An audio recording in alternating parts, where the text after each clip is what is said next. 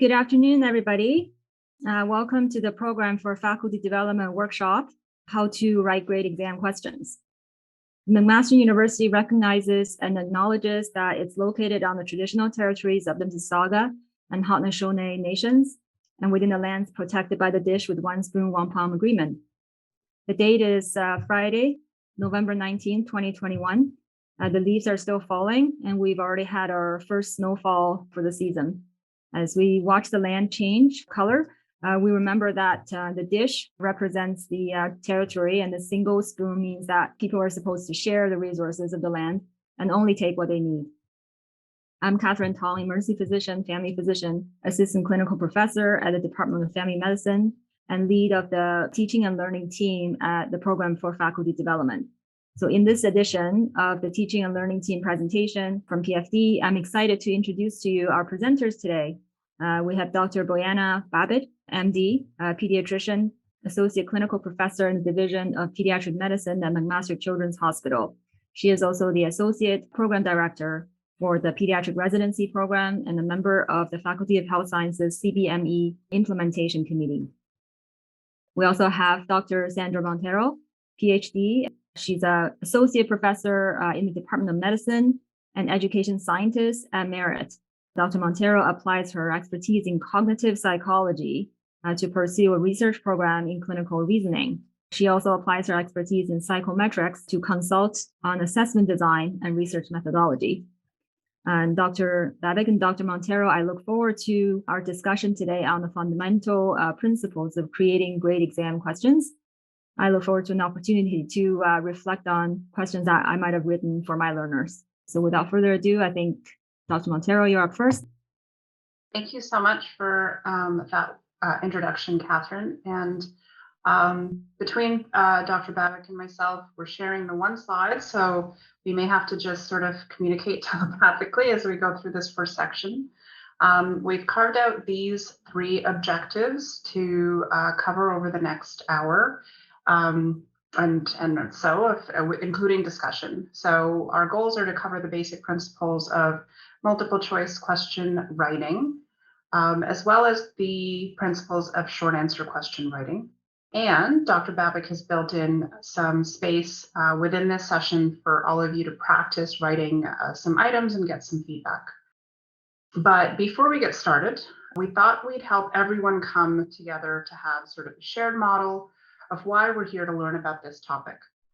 So I'm going to set everyone up with that shared model and talk about some aspects of multiple choice question design that are relevant, particularly when it comes to item validity. And for a lot of you, the concept of validity might mean very many different things. I'm going to share one definition that I like to use when it comes to the validity of tests for the assessment of clinical competence.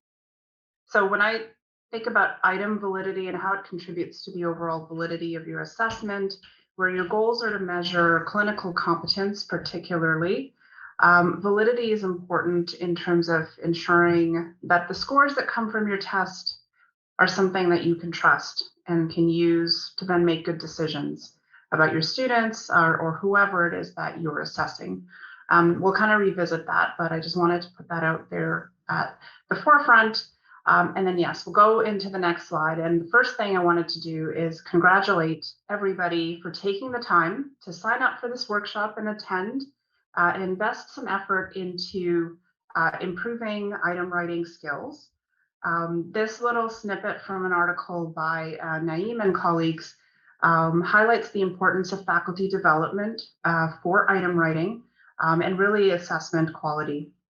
So this table represents just a quick summary of the results that they showed from an intervention that they introduced with faculty, and the numbers, if you just interpret them as scores of quality, it's fairly easy to interpret. You see a really good positive trend of improved item performance following training for faculty regarding item writing.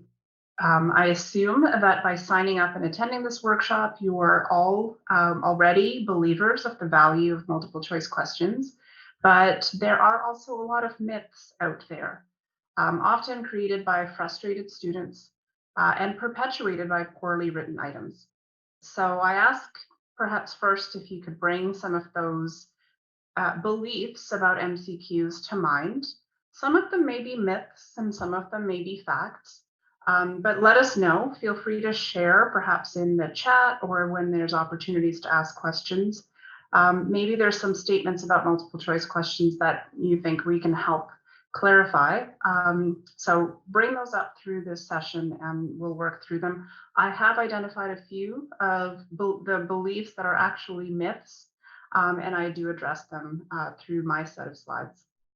But, and as the goal of this workshop is to help you improve your item writing skills, the important content is certainly that prepared by Dr. Babic, which we'll get to later.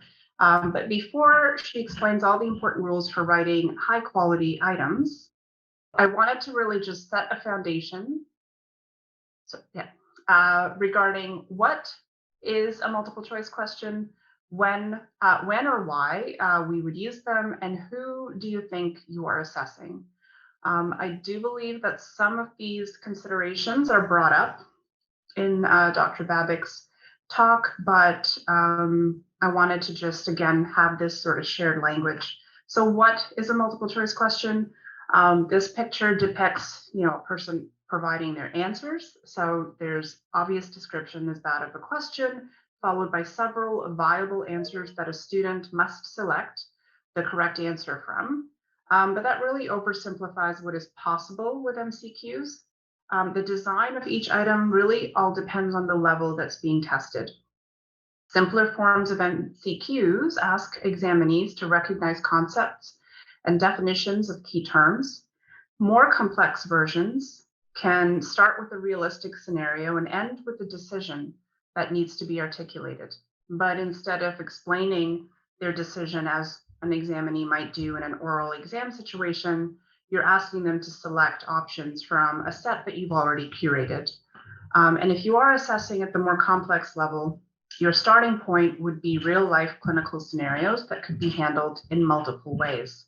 And then you would have to define all of those options and then rank them from the best to the least ideal response. Or perhaps it's the least safe or the most safe. However you want to rank them, you could also consider options that are least or most consistent with the scope of practice, and then try to construct your item in that setting. What I'm trying to emphasize, though, is that it's not so much about focusing on correct and incorrect, because that binary distinction is really best suited for the simpler items that assess basic recall of concepts, in which case there really is only one true definition. Much like designing an OSCE station or doing some kind of simulation, a carefully crafted MCQ can actually provide a reasonable simulation of clinical problems. And that's partly the goal of this session, and that Dr. Babic will lead you through later on. But just to kind of embellish on that, an MCQ could present a scenario in which a decision needs to be made regarding demonstrating the understanding of professional ethics. And that's a far more complex item to write. So previously I'd mentioned this notion of myths that might pervade the culture of MCQ writing and really what they're good for and what we should use them for. One popular myth is that an MCQ item should contain at least 4 or more alternatives. But there really is no psychometric law underpinning that assumption. A question with 3 options and 1 distractor or the 1 filler is not a better question than one with only 3 options. And so it's better for you to invest your time in creating realistic potential answers and keeping in mind this idea of ranking from least to best. Sorry, I'm just noticing that there's a... Sandra, I wrote down something that I thought about previously to this session, how I felt about MCQs. Yes, I don't think that, so not a myth at all. I think if the question is framed inappropriately, you could actually inadvertently highlight the right answer for your students, and thereby you're not testing knowledge at all. I guess alternatively, if the question is not framed appropriately, they wouldn't even understand what you're trying to get at. And then the options wouldn't fit into whatever, you've sort of triggered in terms of them imagining the situation. So sorry, so just to return to what I was talking about, the myth that a certain number of options is the best, or that more options within the multiple choice question is the goal, that is a myth. And so the goal is really just to have the best options there. And the current thinking is that they should represent this range of possibilities, as opposed to sort of the one, horrible thing you should never do amongst and then the one absolutely correct answer, and then trying to fill in the space after that. Another myth is that MCQs only test basic facts. And if we go to the next slide, what we'll see is that with the right training, your MCQs can actually test higher level competencies and ensure really strong reliability and validity, even higher than that of an OSCE. So what you're seeing right now is a snapshot of a graph taken from a publication. Sorry, I just have to zoom. Oh, sorry, I forgot to put in the citation for this. But one of the authors is Kees van der Vleuten, where they evaluated the reliability of various assessment formats, and they looked at data from multiple different exams and multiple different sources. So this graph is really just summarizing the overall reliability that's possible for different exam formats. And what I wanted to highlight is that your MCQ format really has the potential to be most reliable. And with increased reliability of your scores, you're actually also ensuring the potential for the highest validity, or in this case, predictive validity. So many studies have demonstrated that high value of MCQs in creating reliable and valid assessments, not only of current competence levels, but of future clinical performance. And when we get to the end of these slides, I do believe that I have references pasted in. So I'm just going to make sure that the one reference that goes with this graph is going to be part of that, and we will share those. Yes, thank you, Dr. Babic. And so there are several studies, like I said. I also have references for those at the end. I didn't want to walk through each and every one of them, but the pretty much overwhelming finding is that there's really strong evidence that written exams can have really strong predictive validity, even of clinical performance. So ranking, in one study, they showed that even GPA as assessed from standardized assessments can predict internal medicine residents' rankings within their program. Admissions test scores can predict school performance in medical school, and the MCC component, QE1 scores, actually did have some relationship to ratings of quality of care. Just going to pause because there's a comment in the chat. So Greg, you're sharing that choice of wording is extremely important with many learners. Yes, and so I do return to the concept of considerations for language, and that is one of the principles to pay attention to in writing your questions as well. But I'll come back to that in a later slide. So we can move on to thinking about why we want to use MCQs. So when or why do we want to think about using MCQs as opposed to performance exams or even live observation, for example? What purpose does an MCQ serve for the context of clinical competence assessment? So for one thing, its greatest benefit or power is that the format allows you to cover a lot of content in a shorter time than in a clinical observation or a performance assessment. Because you can, so the nature of the reliability scores that I showed you before, that snapshot showing that MCQs can achieve a greater reliability coefficients overall, is because you can have many, many more questions included in the time that you have to assess someone. And amongst those questions, you can just cover as many topics as you'd like, really. And Also, you've got the benefit of saving time for scoring. So because all of the options are sort of pre-constrained and the right answer is already predetermined and evaluated, you can get computerized scoring. You can, through the principles that Dr. Babic will share with you, you can also vary the difficulty and level of expertise of any one question. So starting with a single stem, you can use the principles of good item writing to sort of modify at what level you're testing for.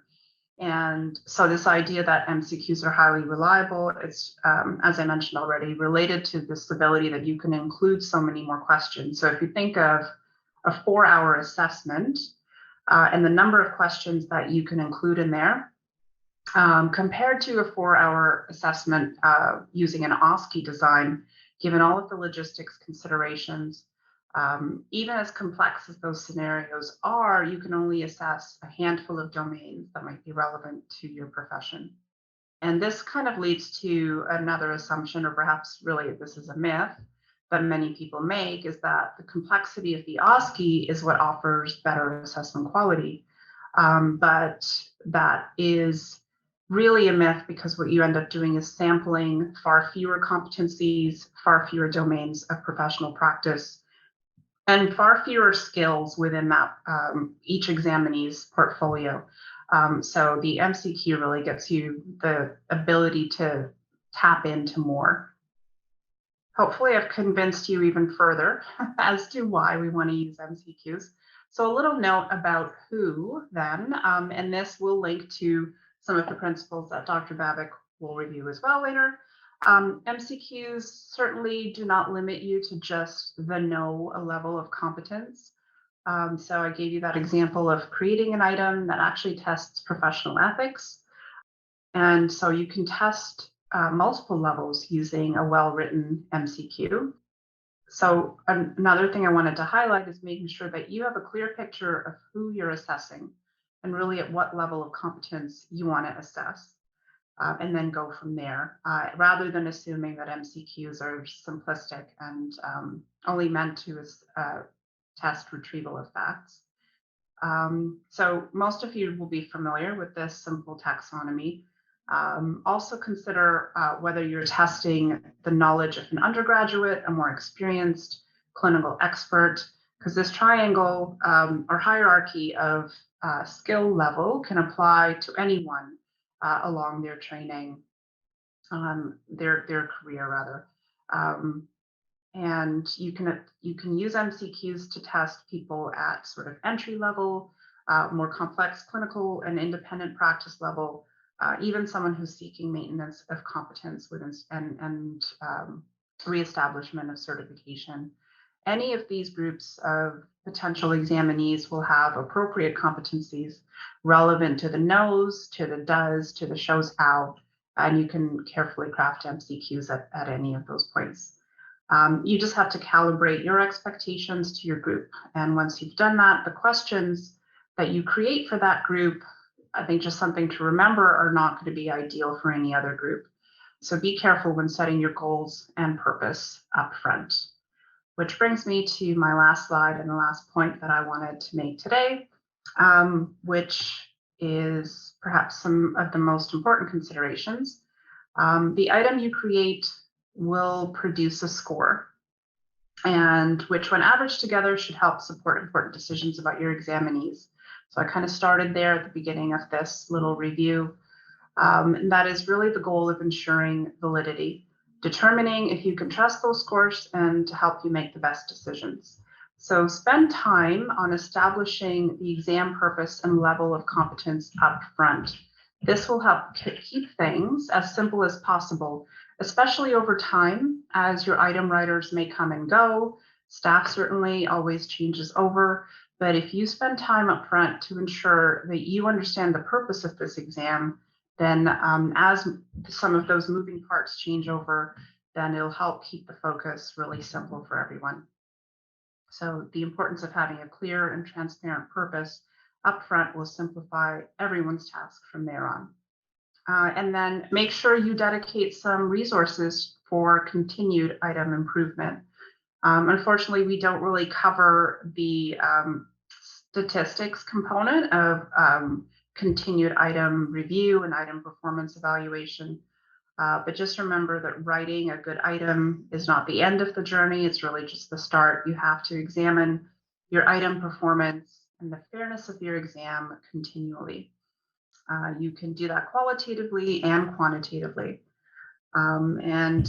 You'll get some great strategies in the second half of this session for avoiding the overcomplication trap.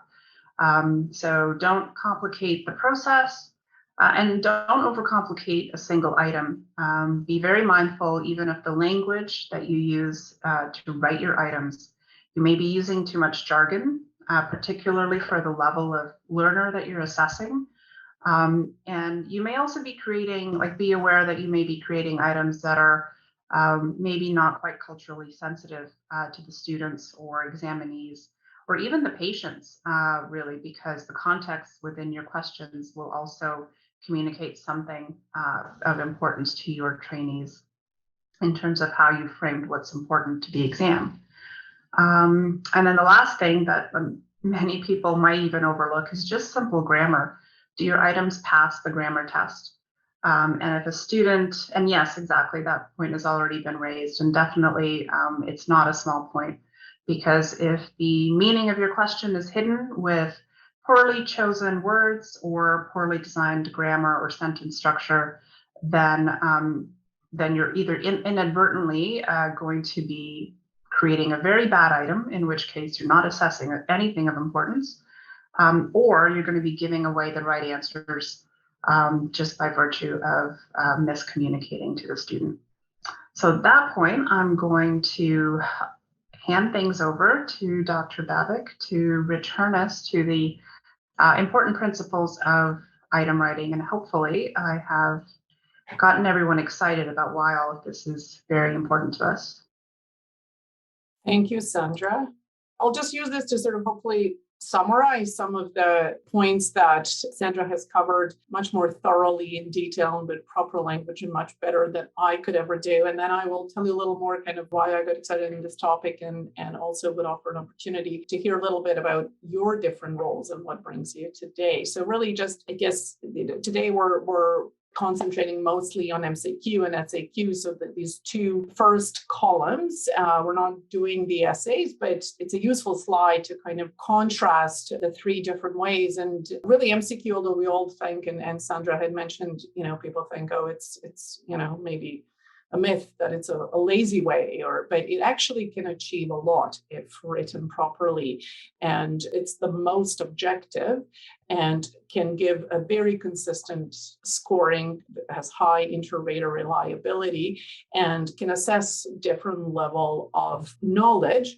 But obviously, SAQs and essays have their own individual strengths, and maybe they lose in objectivity, but if written well, have other strengths. So knowing the audience or who you're examining and knowing what you want to get at is probably the most crucial part.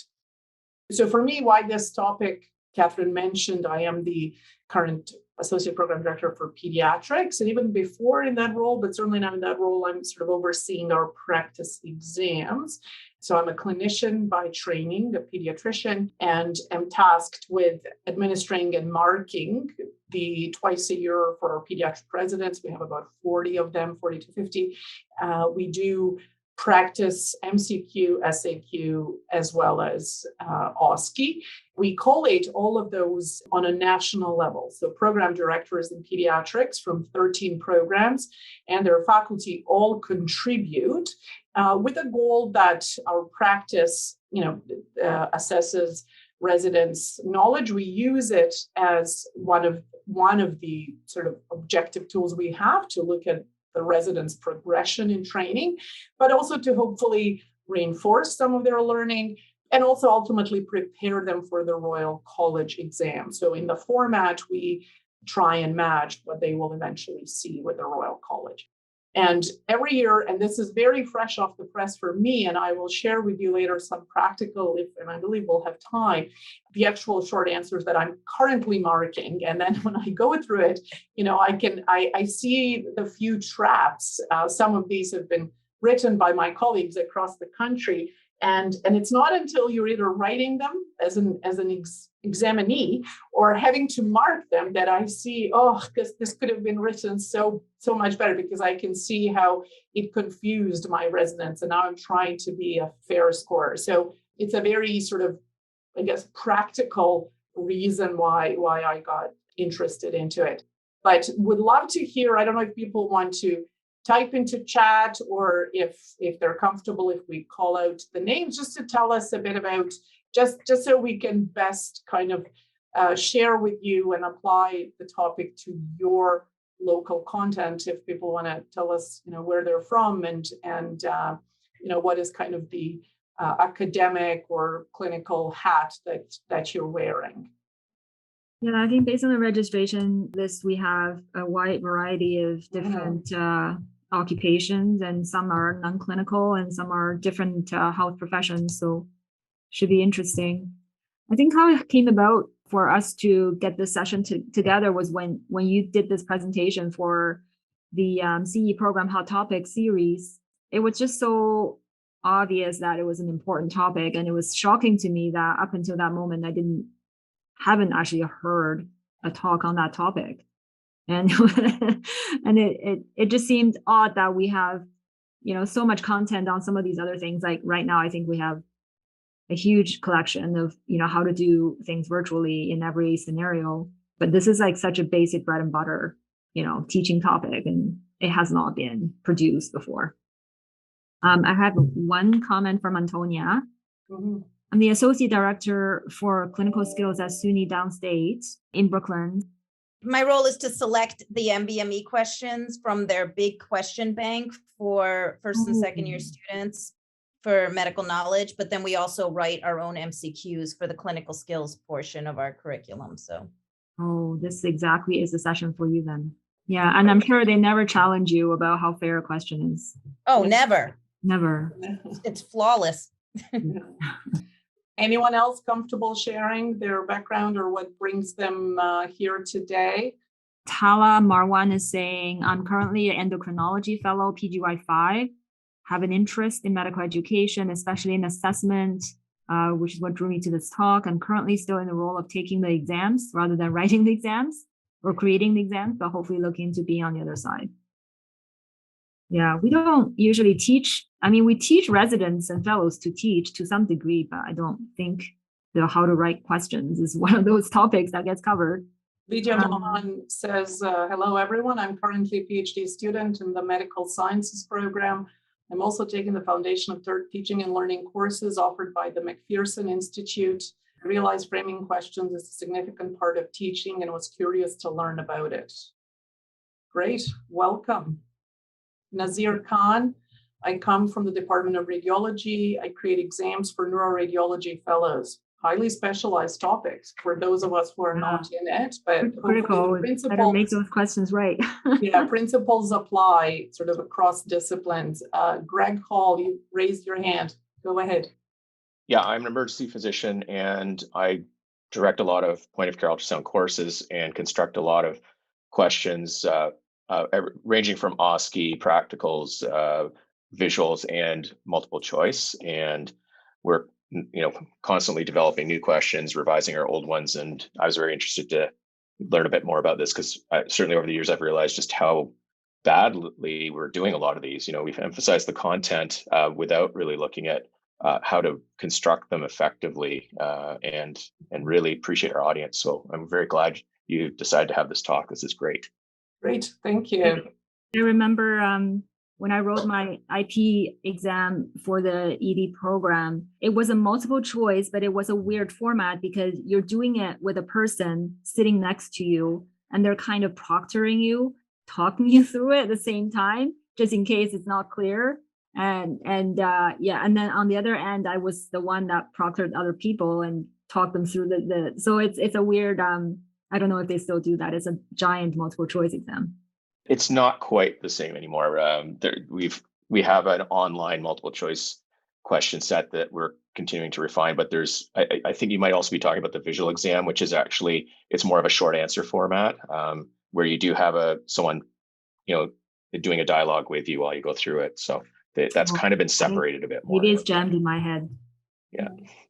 That's great, Greg. Yeah, we will not be talking about OSCE today. It's sort of its own beast, but certainly certain aspects of, because often in the OSCE, at least in pediatrics, we have post-encounter probe, even after a simulated clinical presentation or a structured oral, where I think the principles of some of the short answer and even MCQ would apply, but obviously there is difference. Kathy Wilson is an assistant professor in midwifery education at McMaster, graduate of the HSED MSc, consortium coordinator for one of our clinical course, interested in particular in online exam and structuring exams that don't require online invigilation, as we have decided against using Respondus. So that's great. We have such varied audience. I don't think we'll be addressing, in fairness, the online versus the one that we, for example, do, like Royal College is doing them now online, certainly for pediatrics and most, I know, specialties in medicine, and they're using and trying different software.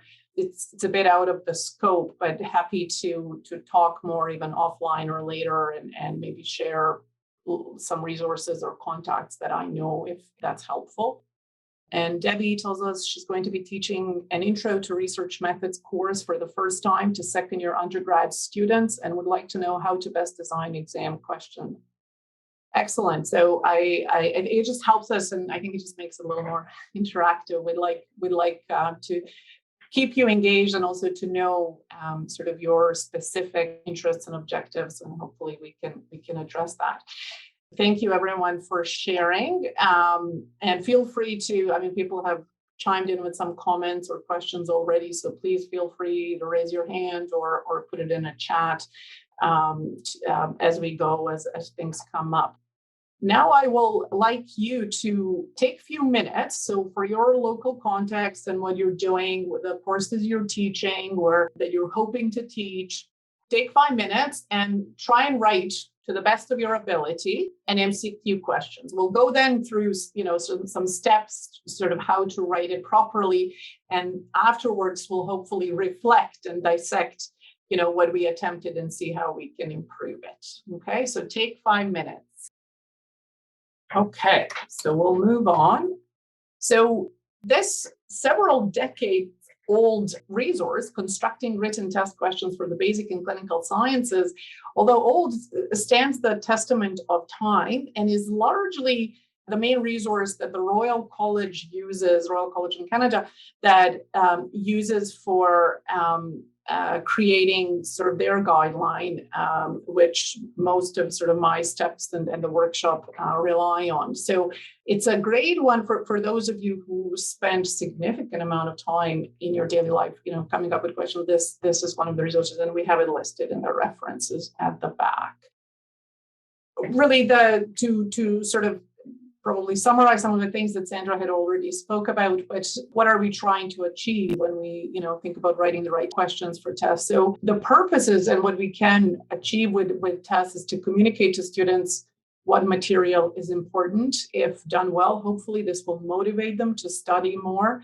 It will help them identify what areas they may still be deficient in. It'll help us test, obviously, their knowledge and final grades and help monitor their progress if they've passed the course or if they're moving on, being promoted to the next stage of learning, and identify for us too, like if all the students are scoring poorly in one section, that, okay, they're clearly not being taught or exposed to this area. And so it can also give us feedback about our own curriculum. What should we be testing with those purposes in mind? Ideally, we should be testing what we're trying to teach them in the first place. So what our curriculum is hopefully achieving, and that's sort of the content that we want to teach that's relevant, and they should leave knowing after they've finished their clinical placement or an undergraduate course. Obviously, it's sometimes easy to come up with a quick esoteric topic MCQ question, but is this really significant in terms of the knowledge? So yes, we can throw some of those in there, but it should be the important topics that we are weighing more heavily. And similarly, the amount of time and the questions you have on the exam should reflect the importance of the topic. Sometimes on a test, for many students, it can be a learning moment. I remember actually my actual Royal College short answer. It was, to this day, I remember the question. I got it wrong. That's why. But I learned that day that mebendazole is used to treat ringworm, because so sometimes when we take up these practice questions or when students reflect on them, it helps to that's obviously not the main goal, but again, we go through this partly to reinforce their learning. If poorly written, the test can just frustrate the students and can be a detriment to learning. And that's why we're all here today trying to avoid. Just bringing you briefly to Bloom's taxonomy that sort of talks about higher levels, or sort of from basic recall of facts and basic concepts to higher levels of learning. And if properly designed, MCQ and SAQ can certainly help us not just test the recall, and that's what we want to push you to do beyond today, but to truly be able to test some of the higher aspects or higher levels of learning in terms of understanding, applying, even analyzing certain concepts and knowledge.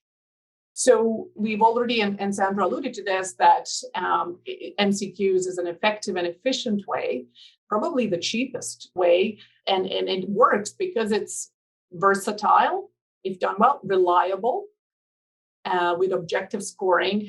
It can be valid, the degree to which relies on. Sandra spoke to more in depth about this.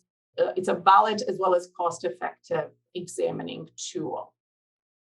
So we feel that as people on the side of writing exams, but learners are often frustrated and they find that so many are trivial, irrelevant, ambiguous, and there is certainly this discrepancy between what a properly written MCQ can achieve and how our learners perceive them. So why this discrepancy? And it's there because MCQs, although probably the oldest way and something that we've all had so many times as undergrad and different postgraduate trainings, it's one of the hardest to write well. And it's not until you're writing it or as an examinee, be getting frustrated that you can see all its pitfalls. And unfortunately, many MCQs are often constructed to test just basic recall. And in an attempt to make it more difficult, examiners will go for an esoteric, rare question, which will frustrate the learner if they feel, my God, there was so much more I knew and so much more we studied and so much more that's relevant, but then they went for these few things. With that in mind, recognizing that many clinicians, and this is specific to medical specialties, but certainly the principles apply for nursing, midwifery, different undergraduate and postgraduate courses. They've developed a guide for multiple choice questions for the purposes of examinations. And when they break it down, so what does the well-constructed MCQ consist of? And the well-constructed MCQ should have a stem. So that's a little bit of a blurb or a background clinical scenario that you're setting up the stage. That then leads into a lead-in question, the actual question that you're asking. And there are a series of responses, generally A, B, C, D listed. So this is sort of just looking at it, how it looks. So the stem is a 32-year-old unemployed alcoholic who underwent a mastoidectomy. As a youth, presents with headaches, nausea, vomiting, and confusion. He does not have a fever, but his right eardrum is not visualized, and there appears to be some discharge. There is slight neck stiffness as well. So that's our stem. We've gotten the information that we need to be able to answer the question appropriately. The actual leading question is, what is the most appropriate investigation at this time? And then our response options: lumbar puncture, ECG, X-ray of the skull, and CT scan of the head. Now that I look at it, and this is taken directly from the Royal College, unemployed alcoholic. I don't know that this is 11 years old. It's a bit culturally, it's a bit insensitive. Maybe a man with alcoholism, but it's a bit, I think it would be rephrased differently, and I probably should change that. So one of the options is chosen to be the correct answer, and the others are what we call distractors. The question consists of a clinical situation and asks the candidate to use the information that was provided to answer the question. And this is why it's not just a simple recall, but in this particular MCQ, we can actually test the application of the medical knowledge and what's learned and sort of the clinical reasoning. And hopefully that makes it a little more relevant to the candidate. Designing distractors or the wrong answers that require high level of discrimination will contribute to multiple choice items that require sort of the nuance of the higher order learning. So this is an example of a well-written MCQ. I would like to think that lumbar puncture is the correct answer, but we're not here to necessarily test the knowledge. So 5 steps. So first, choose a topic for the question. And hopefully, when I've given you guys those 5 minutes, you've all probably inherently gone to an area that you're comfortable with, or that, that's sort of your day-to-day work. So topics are the specific knowledge that the question is designed to test. They're related to the competencies that the examination should be testing. So, what is it that, what is the knowledge? What is the ultimate outcome that you want these residents to, to be deemed or learners to be deemed competent in? Step number 2, decide on the context for testing that objective or competency. Yes, Sandra raised her hand. Sorry to interrupt again. I just noticed a question in the chat. Yes. Regarding option design. I don't know if you want to address that now, if you'll I could just highlight it and then we come back to it. Because Debbie is asking your thoughts on the use of 2 of the above, all of the above, none of the above. So generally, and I believe we'll come to that, but the general advice is to avoid those. It's a commonly used tactic, but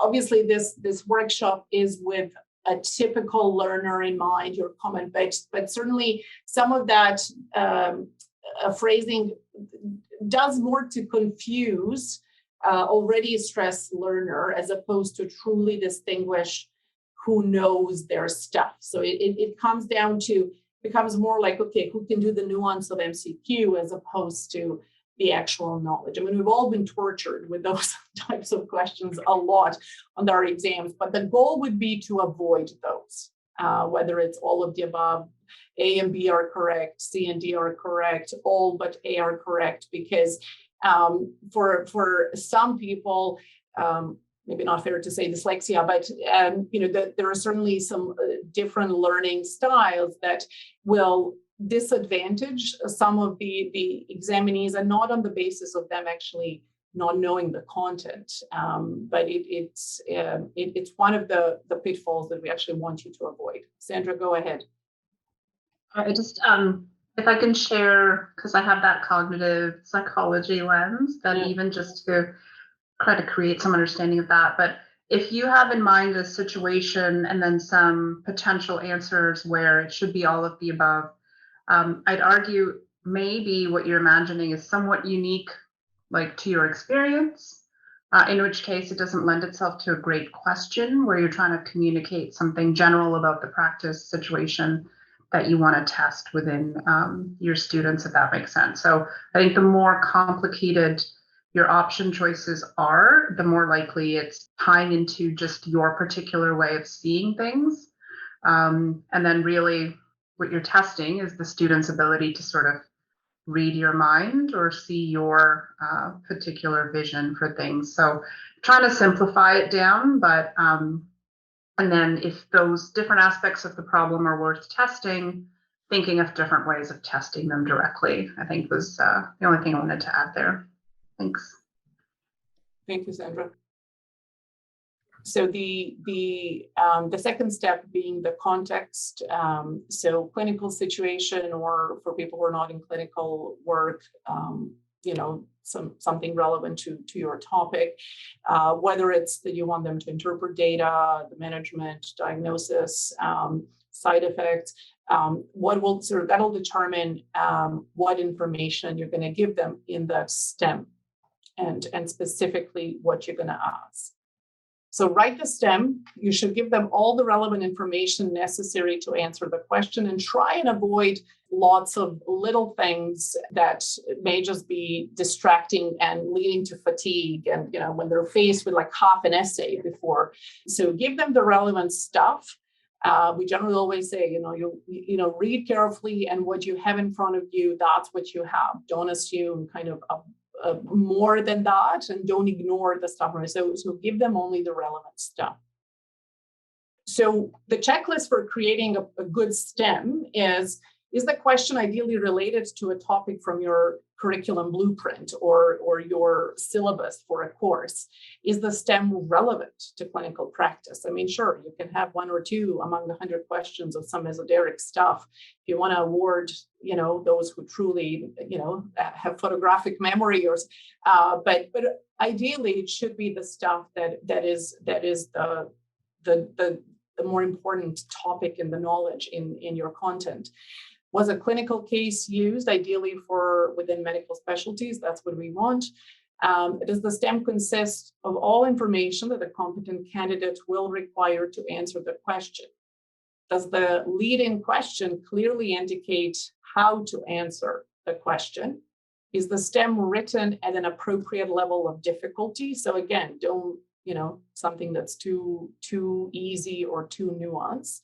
And can the question be answered without looking at the options? So that's one of the kind of the litmus paper test, if you wish, that you could, yes, having the MCQ and having the options helps them, because sometimes they may not, yes, when they see it, they recognize it. But really, it should be something that you could easily answer with a brief, one word or a few words, without even having the option. It should be kind of clear and simple.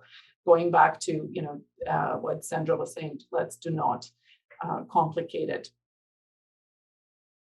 Further, some information for the STEM. Does the question test the application rather than just simple recall? And it's fine to do some recall, but you want to mix it, because this is your opportunity to actually test higher knowledge.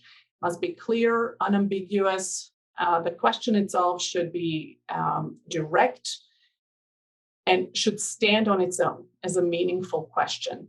And already mentioned the fact that we should be aiming to eliminate unnecessary information. So any vague terms, for example, normally, usually, possibly, may, should be avoided. Phrase it as a full question. When we say direct question, don't kind of use an incomplete statement, but the full question that can stand on its own. And any words that may be used as the option for all the alternatives, if it keeps being used in each one, it should be shown in the STEM itself. Step 4 is, after you create a STEM, is to have 4 options, with one that's correct and the remaining ones that are distractors. And how best to approach those?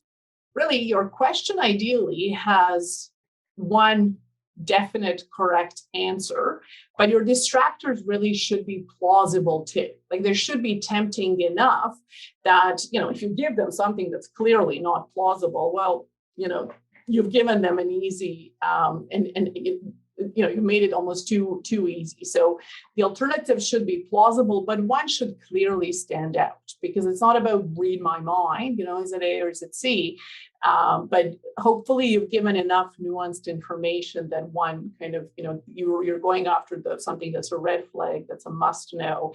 And yes, although A, B, C, and D could all be true, and something about this clinical context makes one clearly stand out if they're reasoning through it properly, and if they've been given appropriate information. Look at sometimes, you can, even if people who don't know the content, when they look at distractors, the true answer is written in positive, and all the distractors are negatively phrased, or one is very short, but the others are much longer, or the opposite. So sometimes, don't like, that's kind of more of a laziness on the part of the people writing the exam, because often we think of a STEM, we think of a question, but it's like, okay, oh God, it's hard. It may be hard to come up with plausible distractors, and then people just sort of throw it on there as an after fact, and at least in the easy way, write it in the same homogeneous, same grammar approach, same length. And this is, I think, your question, Debbie. So we say to try and avoid all of the above, or all of the above except, which is even more confusing. And none of the above. Similarly, and if you have to use it and you see it, so we see it all the time, to be conscious of it and to use it sparingly. So negative terms, again, not to say that they cannot be used ever, but we should try and avoid, because again, it confuses people, and it's much easier, more direct if it's phrased as a direct. So which of the following is not an indication for osteoporosis would be, ideally we would want to phrase that as which of the following is an indication of osteoporosis.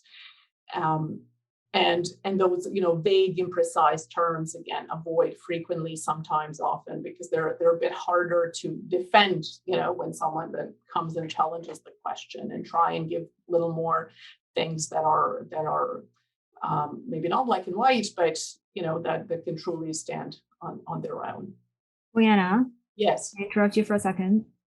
I have a comment about the not using the negative terms. In clinical education, we have a lot of things where, learners learn by lists, right? So what are the indications for? What are the management options for? They're like 5 or 6 things. So it's really easy to kind of use those terms as the MCQ answer keys, and then just throw in like an extra one that sounds kind of like it, but it's not right. So at the end of the day, you just end up writing what's not right. Can you still salvage that by saying what is wrong? Or do you have to change the whole question and make up a bunch of wrong answers? You can salvage it. And I think they're not saying not to use it, but to just use those sparingly, because you're absolutely right. There is something about it that it's easier to phrase it that way, which is why we see a lot of it. Be sort of conscious of it and make sure that, probably not more than 10-15% of your questions are phrased in that way, because for some things it is sort of the best way of going for, where the meat is. Does that make sense? Yeah, okay. In terms of the responses, so the advice is to use minimum 4 and not more than 6, and then really ideally to be consistent. And I think, most evidence is sort of 4 to 5. But then whatever you use, kind of use it for your whole exam. Yes, to avoid A and B are correct, C and, and where, it just gives us more options, but not, it has the potential pitfall of confusing and distracting. And Greg comments, extremely careful to avoid any second negative within the STEM or answer list. Absolutely. And that's why I think having the negatives can one then leads to another and a pitfall. Okay. In terms of which of the responses should be correct, like you'll say, if in doubt, choose C. So there's actually softwares to use that will randomly assign the order of the correct. So you can do that, and the best is to sort of whatever form you use, but to randomly distribute the correct answer.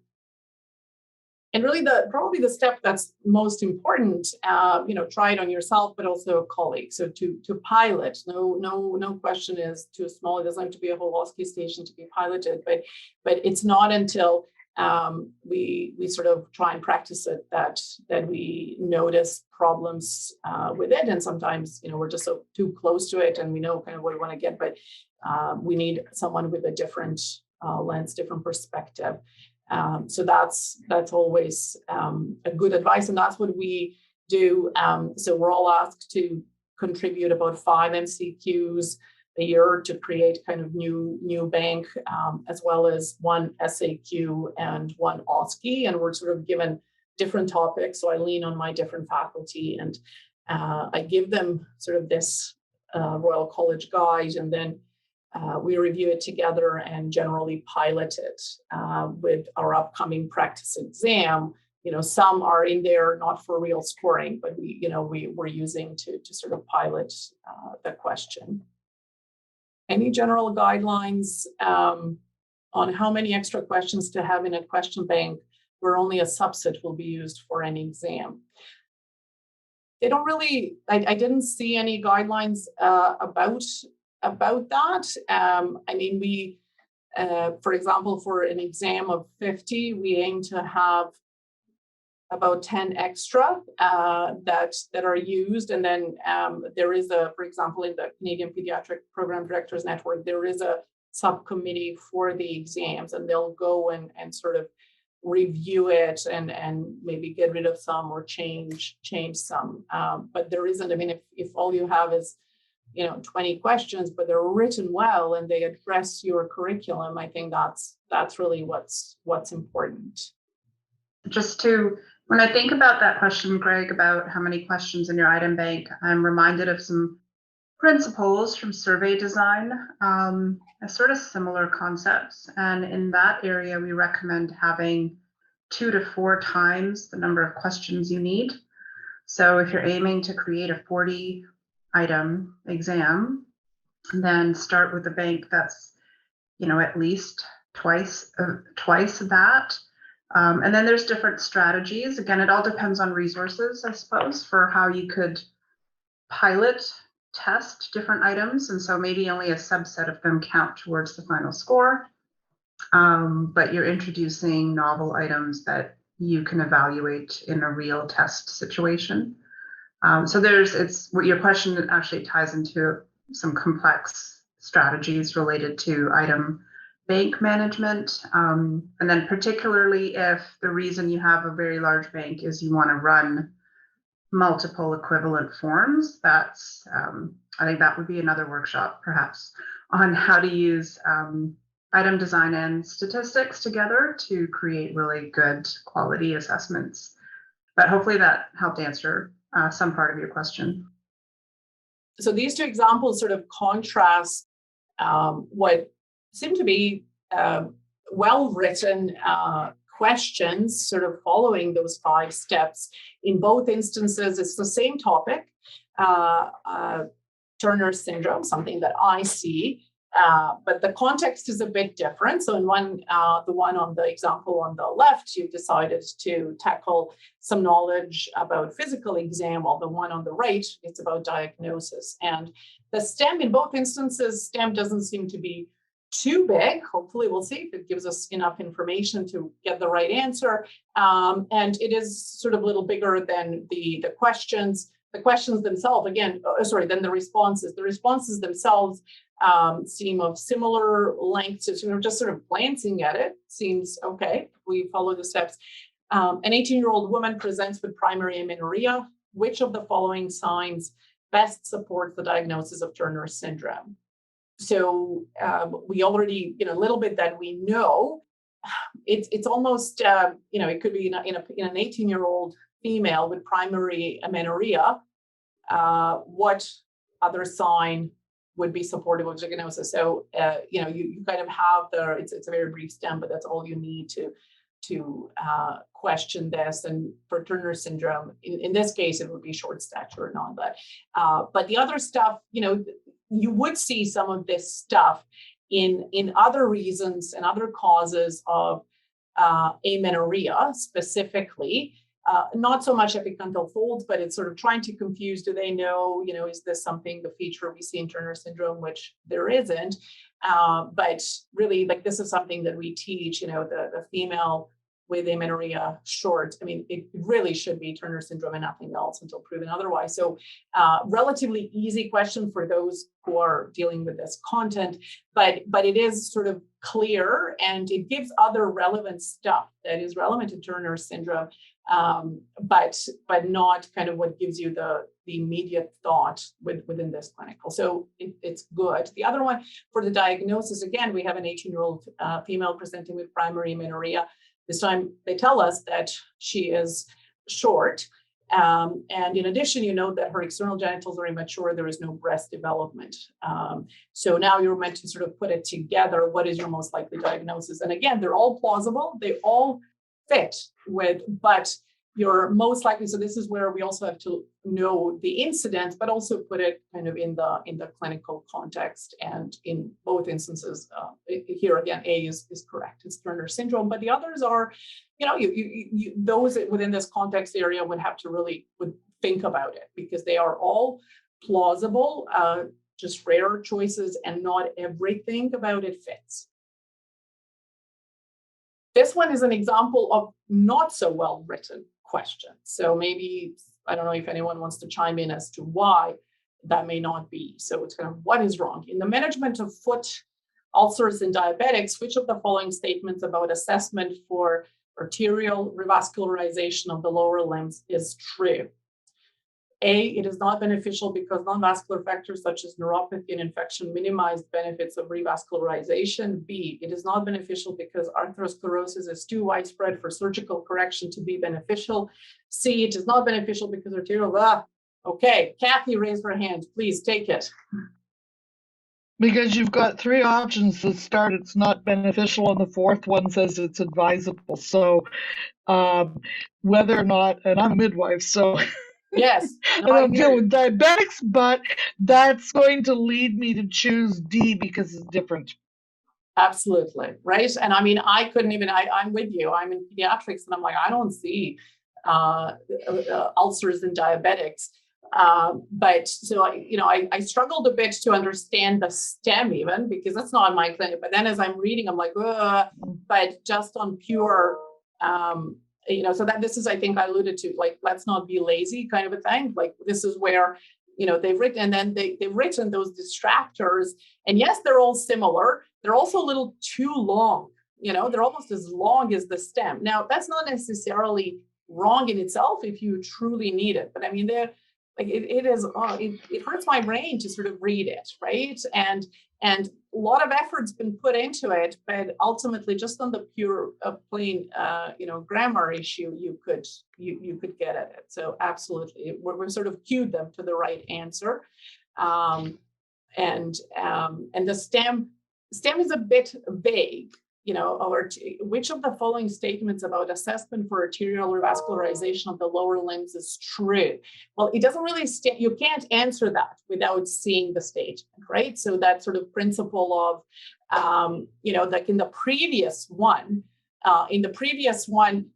I mean, you could also argue which of the following signs best supports, but I mean, I could also say, what are the signs? I could test someone on, and they would, most of my pediatric residents, I would expect that they would tell me short stature. Similarly, when you give the stem on the right, what is my most likely diagnosis? They better say, they may not think of the other three, but they should say Turner syndrome. And this one, it kind of, you'll have to see the next little bit. So it's a little bit wrong for several reasons. So I know chat keeps popping up. Yes, negatives and positive mixed together. I mean, it hurts my brain, and it's not just because I don't see diabetic feet anymore. I think it truly and leads to that exam fatigue. Kabir comments, 3 distractors are negative, but asking for true one. Absolutely. One more example. So what is wrong with this example? Which of the following drugs given in the setting of acute MI has not been shown to reduce mortality? IV, art tissue plasminogen activator, intravenous streptokinase, ASA, and nifedipine. This is also outside of my clinical expertise, but it's a bit unclear because, yes, we have someone chiming in. Distractors are not homogeneous, correct? That is correct. I believe here the right answer is meant to be nifedipine. But again, this is an example where negative lead-in question is used, which of the drugs given in this has not been shown And it leaves some vagueness and it's unclear. Is the question testing whether the candidate knows that nifedipine does not reduce mortality or that the other drugs do? And so it leaves some ambiguity. So it's just, and that's often what those negative questions can achieve, or sadly, may create the pitfall. So another reason to avoid them. Why don't we go back through the chat if people are comfortable? Yes, and people have provided few other it's a negative question, you can't answer without seeing options. Correct. So that's kind of another litmus that you could use. If we look at some of those wonderful questions you guys shared at the beginning, if you're okay. So Kabir shared with us, a 35-year-old male got into a fight and got stabbed in the left fifth intercostal space. Which of the following structure is most likely to be injured? So, just looking at, we have a nice stem, provided a little bit of its brief, but it gives us nice clinical information and a clear question for this clinical scenario. Which of the following structures? So again, you should be able to answer this on its own, right? Even without looking at the responses. And possible responses are left atrium, left ventricle, right atrium, right ventricle, and aorta. Please don't test me. What is the right answer? I think those are, to me, this looks like quite nicely written question because you have 5 responses. To me, one needs to know the anatomy in a young sort of healthy male. What is the likeliest of, and the nuanced anatomy of the sort of the chest and thorax, if you wish. I mean, a silly response would have been, I don't know, nose, or something that's completely implausible. To me, these are all plausible, and I have to hum and haw. And hopefully, I don't know what is your background, but I think this is a great example of simple but beautifully written question. Maybe what we can do is you guys can spend a minute or two reflecting on those, for those of you who've taken the exercise of writing the MCQ, and maybe just feel free to share if you'd like, but you don't have to, but even just kind of going back to your question and applying those 5 steps and see, is there anything that needs changing? And is there a way that you would rephrase it now with those 5 questions in mind? And Kabir, if you don't mind, please give us the right answer. I need to know now. If it's okay. Yes. Again, hopefully this is, if it's too selfish, you can just say we'll move on. But I'm curious if we could workshop this question into something more difficult. Because when I read that question, I kind of think, okay, really what Kabir's testing is understanding of the anatomy, like around the left, what was it? I gotta get the right term. That space, the left space, like that was being, it's like you're isolating the person's knowledge to that space. And then if they were stabbed there, it's like, okay, it should be obvious which, if they know that anatomy, but okay, how can you make that something more relevant to, like, okay, if this was in the trauma situation and now you've got to fix it, I guess I'm wondering, can we level up based on that starting point? Maybe I'm being too selfish because now I'm putting everyone on the spot, but could there be a second follow-up question that says, okay, now what would be treatment based on that? And the reason I'm asking is right now it's very much within the recall, like nose level, because it's pretty much defining left ventricle and where it is in the anatomy. Is there a way to make it more application based? Not only do we have to know which structure is involved, we'll also have to infer based on the structure what the patient's clinical status would be. I don't think, Sandra, that question, I think that question is really great, but I think maybe what you're asking for is a higher level of difficulty packed in there. Thing would mean more information in the STEM then. More information. I think if you could give more, like vital signs? Is the patient, is there anything to suggest damage to that structure, and kind of what would be the next management or the next test one would order based on, so you can certainly bring it up, right, to sort of to assess clinical decision making, the knowledge of the next kind of management. I think it would have to be, the STEM would need to give a little more information, but it can certainly be okay, recognizing that area, the patient now, like it could be a subset, 1A, 1B, right? We have 2 more questions. Yes, it could lead to the signs and symptoms, and you could ask for best intervention where the distractors would apply to RV aorta rather than LV. Excellent. So when we have someone who knows the further, absolutely. So it can, you're right. It's really well written, but to bring it up so that it's not all recall, but and a simple question that gets at just the nuance of but an important, relevant, distinct is even for recall for the information. It's a good sort of start.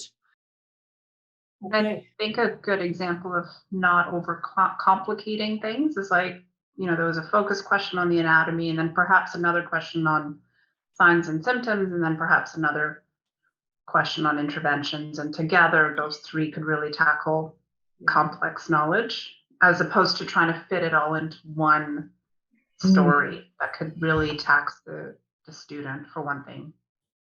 Kabir is also telling us, this is some other further relevant clinical information that could then lead to sort of more specific, that I could probably answer the first question. I should, probably all clinicians should, but the subsequent one would be testing that higher knowledge specific to the specialty that I, as someone who doesn't deal with that, probably would be like, I'm guessing, right? So, and certainly it sounds like it would evolve into that. Okay. Now, what we're going to ask you is we're going to switch into short answers. So again, I will ask you to take 5 minutes to come up with a short answer. What you think is a short answer, and then we'll go through the steps and guidelines that the Royal College gives us. And it could be, you could think of writing a brief little post-encounter probe for the OSCE, or maybe build on that same topic that you had for your MCQ. How would you phrase a short answer? So the short answer questions are also questions that are frequently used in Royal College test. It was something that was introduced actually for pediatrics during my residency. Interestingly, Royal College has decided, at least for pediatrics, to take them out because they found actually that they weren't adding more, given the amount of manpower and some subjectivity that they've created. They didn't add much more above and beyond what MCQ as a written exam was already doing, but probably cost of it had a lot to do with the decision. Nonetheless, it's something that we frequently use in little quizzes, and it still is a quite valuable tool to assess knowledge and understanding. And there are some principles, again, in order to write it well, to truly test what you want to test. So SAQs are good to be used for questions that can be answered in a few short words or phrases. Often it's things that we say, list or name, the next 2 best steps in management, or the 2 maneuvers, or the 2 most common organisms that cause this, 2 drugs that are contraindicated. So those are sort of some examples. Answers consist of a series of short responses, and generally we give sufficient space for, if you ask for 2, you give 2 lines, and the marking scheme reflects that. So 1 for each correct answer, for example. And often, again, we can use the clinical scenario, and the more information we get, and the more, it could be a simple recall or what are the 2 pathogens, and then you could make it more complicated and give the clinical scenario of an immunocompromised patient where those pathogens now change based on the information. So you could have sort of subsets and truly kind of test, more and more nuanced learning. And it can be a valid and reliable evaluation method. The Royal College itself has a guideline for their development, something that's available, and you can use the resources are in our references in order to sort of write or create those properly. So what makes a good short answer question? So when properly created, this format is also a reliable constructed response assessment tool. And what that means, reliable means it can be consistently and fairly scored. Constructed response means that the candidates are asked to write down their answers to a given question instead of selecting from a list in front of them, which would be more of a recognition, like the MCQ. The SAQ format guides candidates to provide structured, straightforward responses. And hopefully our goal is to really give them enough information to be clear so that we're not ambiguous and it's not this feeling, which happens so often, of read my mind type of thing. And that's really the trickiest part about these, especially when we're trying to create one that tests higher level learning and higher level knowledge, as opposed to just kind of a list of side effects or list of pathogens. The creation of a comprehensive structured model answer is vital to high quality. So when I, as the marker, I need to know what are my answers, and those model answers should be designed to leave very little room for interpretation for the rater. We should all really, it should be an exhaustive list, all plausible, acceptable, reasonable choices that my trainees may come up with should be listed there. And if, clearly there's some that are, this is a must, they have to think about this, no scores unless they, all of that needs to be clearly outlined.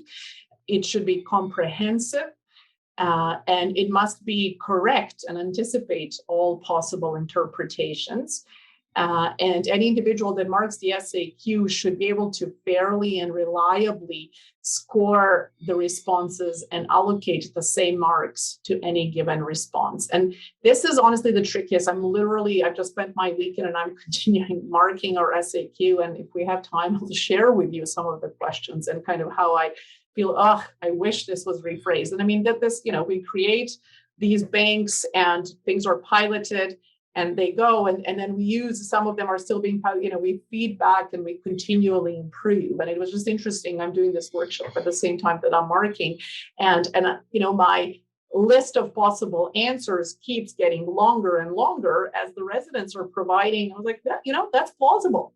This is plausible. I can see why they, I'm constantly adjusting my marking scheme. And because I know when I take it up next Wednesday, I will have to defend our questions. And it just sort of highlights, it seemed very clear, but clearly, there's always room for improvement. So we'll make it better for a few years down the road when we probably recycle and use the same questions. One example I can give for that, for example, a few years ago, we had, what are the eating disorder admission criteria? And depending on which guideline you use, American Academy of Pediatrics versus Canadian Pediatrics, there are different guidelines. So then I went, when I was trying to read a bit and kind of, really be all inclusive, I reached out to my local adolescent medicine colleagues, and there's actually lack of consensus even among them. Like there is some that, so it really showed, I took out the stuff that we couldn't make, like, it wasn't about, the blood pressure. The examiner who initially wrote it, they wanted a specific, I don't know, let's say 80 over 50, but I actually took it out because if you actually looked at the literature and even our local context and what my residents are being taught, they're going to get variable answers. And really is that, some of it is, hypotension. So we just, so sometimes, that what looked like an easy question became really difficult to mark fairly and not be bogged out by useless sort of minutiae. The other principle, so the short answers are usually, they don't have to, but they can be prefaced by a vignette or clinical scenario in order to, again, apply it to that topic and the context that you want. And that's what gives you the opportunity to text the clinically relevant situation. And this should really reflect relevant things and common practice that you see. And it also, the more nuanced and detailed you give that, it'll give you a chance to test a variety of cognitive levels, not just the recall, but the application of knowledge. And SAQ may consist of several sub-questions that would then build on. And this often simplifies the marking task and can lead to more reliable scoring while adding the depth to your assessment. Try and avoid, and this is the tough one, interdependence in your answers, meaning if you make a mistake in the first one, if you need to kind of know the first one in order to get the second one, because then they don't have a chance to, the whole question is scrapped. I similarly struggle with the ones where even if they got the wrong answer, somehow just by logic or guess, they'll answer the subsequent questions correctly. And I struggle with that. It's clear they don't have the knowledge, yet they verbatim wrote the correct thing. So, how do I, so again, that's, you can decide yourself how you do that, but just be cognizant of that when you're phrasing the question in order to avoid those, those situations. And whatever you choose to do, obviously, the consistency in using the same rules for everyone is what's probably the most important. So this is an example of short answered question with some sub questions. 51-year-old man diagnosed with Barrett's esophagus. List 3 treatment options that you would recommend. So there is marking scheme with lines, a very brief kind of clinical scenario. A seems fine. I mean, I think it's clear and totally out of my league. I wouldn't know what to write, but hopefully, people within the context could give 3 plausible, reasonable options. Outline the pathogenesis of Barrett's esophagus. Now, this one is weak because you have 1 line, 8 marks, and the pathogenesis. I mean, you could write an essay about that, probably, and a whole article or even a small book. So it really leaves a lot of room for interpretation. It's probably clear to that examiner what they want and but that's where, quite a number of marks are devoted to that. So really that needs to be broken down better because it's going to be an impossible thing to mark and to mark fairly. List the factors that aggravate gastroesophageal reflux disease. Is this in this gentleman with Barrett's, or is this in general? So it's a bit ambiguous. And list 2 benefits and disadvantages to the long-term health of this patient of enrolling him in a surveillance program. It's a bit unclear to me, and maybe I'm missing it because this is not my context, but this is an example of not ideally written. Short answer, but long-term health surveillance for what? What are we surveilling? So it's a bit unclear. Very relevant question, good clinical context, but certainly how these things are phrased could be improved. So this is sort of an example of maybe simplifying it, but hopefully improving it. 51-year-old man diagnosed with Barrett's esophagus, so it's really same setup. What are 3 treatment options that should be pursued? So similar. List 4 steps in the pathogenesis of Barrett's esophagus. So now we have, they want 4 steps, and then you can, instead of thinking of that whole essay or paragraph that you could have written, you are asked to, if I have to distill it down to 4 most important things, what am I going after? And there's clear space for it. And 2 factors that aggravate gastroesophageal reflux disease. Again, it doesn't say in this patient, but I guess we can assume that, but it would be nice in this patient. And the last one was completely dropped because it really is not something that can be, that was clear, and it's too ambiguous, and it would lead to more headache than actually getting the stuff you want to get out of it. they've improved it by removing the word outline, as that implies more of sort of essay, short essay type question. Try and avoid outline, describe, summarize, because SAQ doesn't really get at that. It's more name, list, be clear about that. We're not asking for opinions. So it's really sort of, what is the next best thing, the best line? And stating the number of responses. So, saying 4 steps really helps remove that ambiguity, and people who know, it's just still, you haven't really given much of a clue to those who don't know. I wouldn't be able to answer this. I don't remember this anymore. Whether I know that I need a paragraph or 4 steps. Further down, 2 benefits to the long-term health of this patient in surveillance, as opposed to downsides and 2 benefits. Like, the way it was phrased, it was a bit confusing. List 1 ongoing clinical issue that needs to be addressed pertaining to the long-term health of this patient. So again, they rephrase those so that it's clearer kind of what the question, that last one, was asking.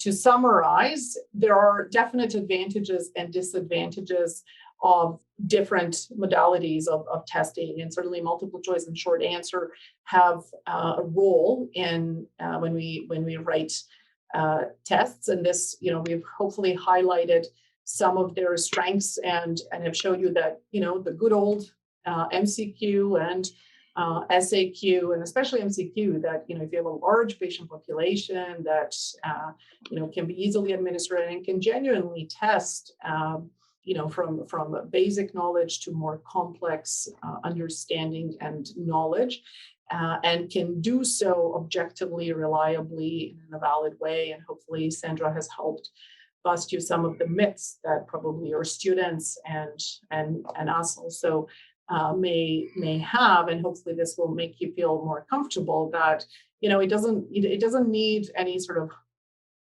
of tremendous, like, higher knowledge or exceptional training to write good questions. Fairly simple outlines, simple guidelines, and simple steps, but maybe pulling them in front of you and dissecting, and piloting those questions first for yourself and then on a colleague would hopefully improve in a little way that may go a long way the future questions that you create.